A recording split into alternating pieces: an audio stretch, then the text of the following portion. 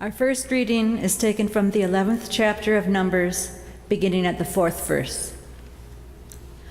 The rabble among them had a strong craving, and the Israelites also wept again and said, "If only we had meat to eat. We remember the fish we used to eat in Egypt for nothing, the cucumbers, the melons, the leeks, the onions, and the garlic. But now our strength is dried up, and there is nothing at all but this manna to look at." Moses heard the people weeping throughout their families, all at the entrances of their tents. Then the Lord became very angry, and Moses was displeased.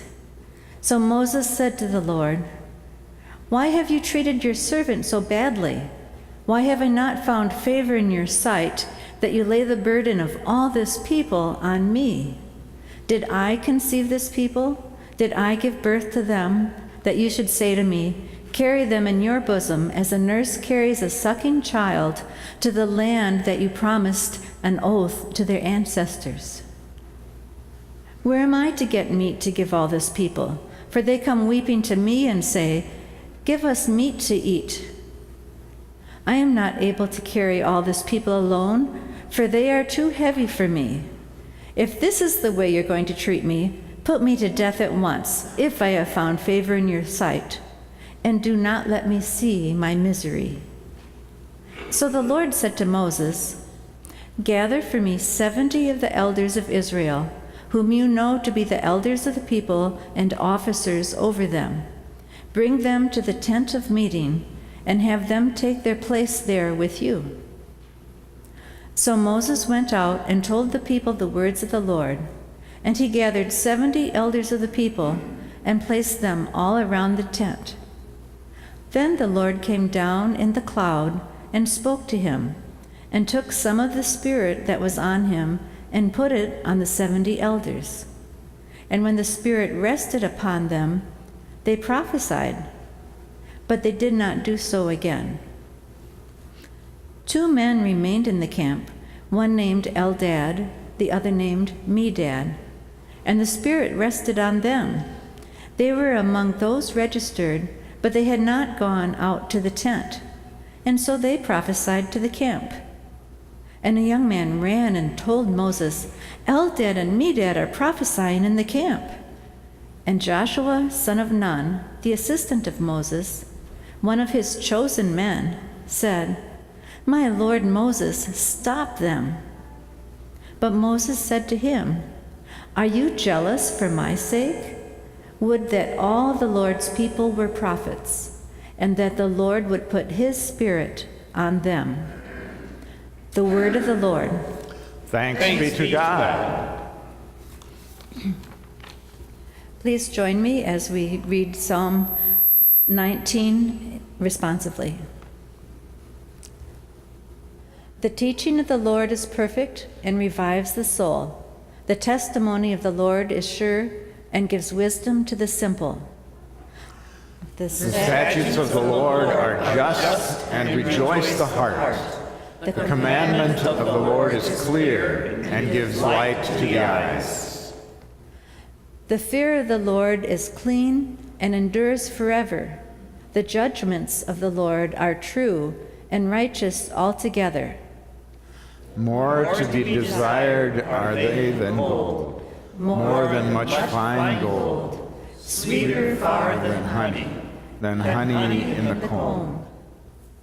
By them also is your servant enlightened, and in keeping them there is great reward. Who can detect one's own offense? Cleanse me from my secret faults. Above all, keep your servant from presumptuous sins. Let them not get dominion over me. Then shall I be whole and sound, and innocent of a great offense. Let the words of my mouth and the meditation of my heart be acceptable in your sight, O Lord, my strength and my Redeemer. The word of the Lord. Thanks be to God. Lord,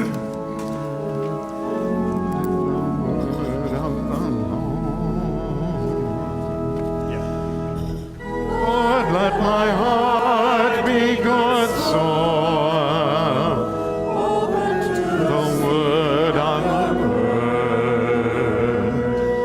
Lord, let my heart be good soil, where love can grow and peace is understood.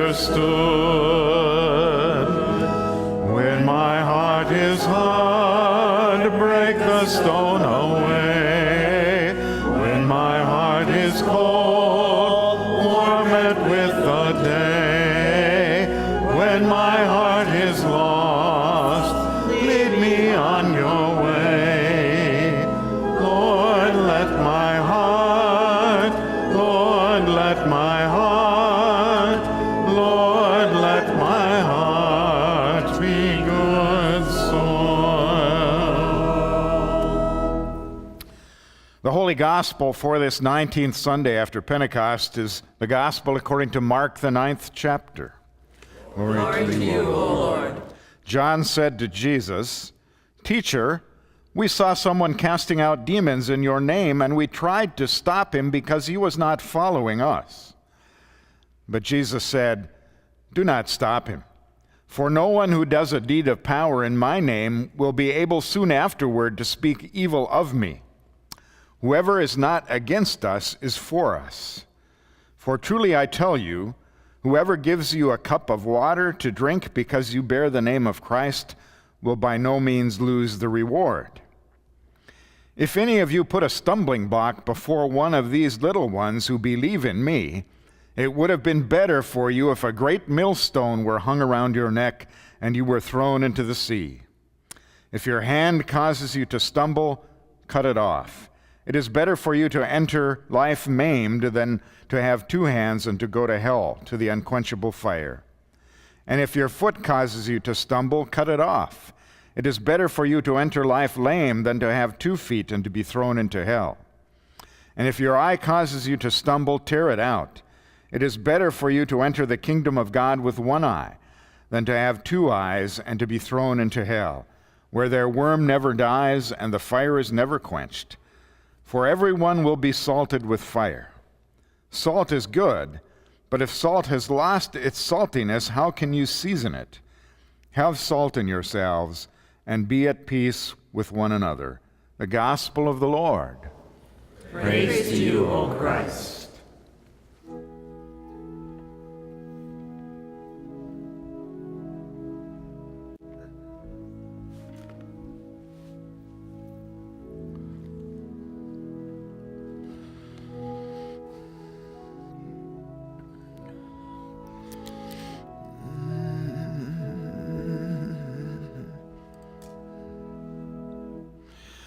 And I'd like to have the kids come up and join me, if they would, this morning, while the rest of you are being seated.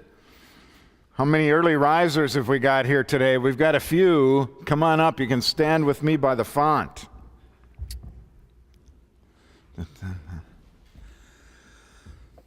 Come on up. Come on up. So, everything in church has a special name, huh?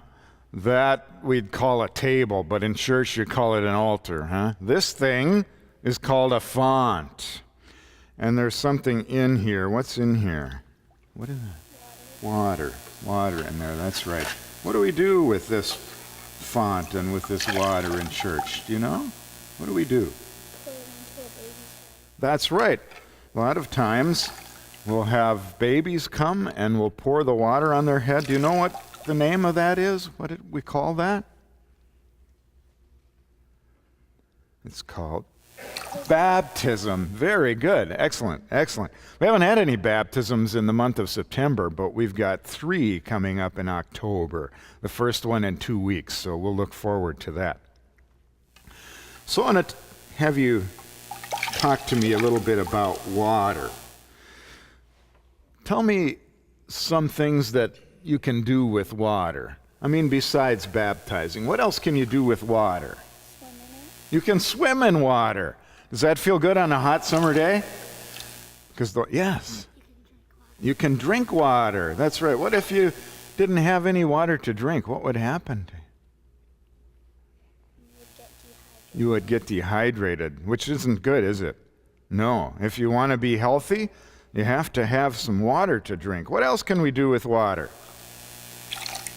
Huh?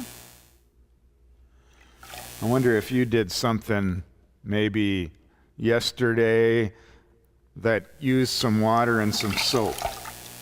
What do we do with water?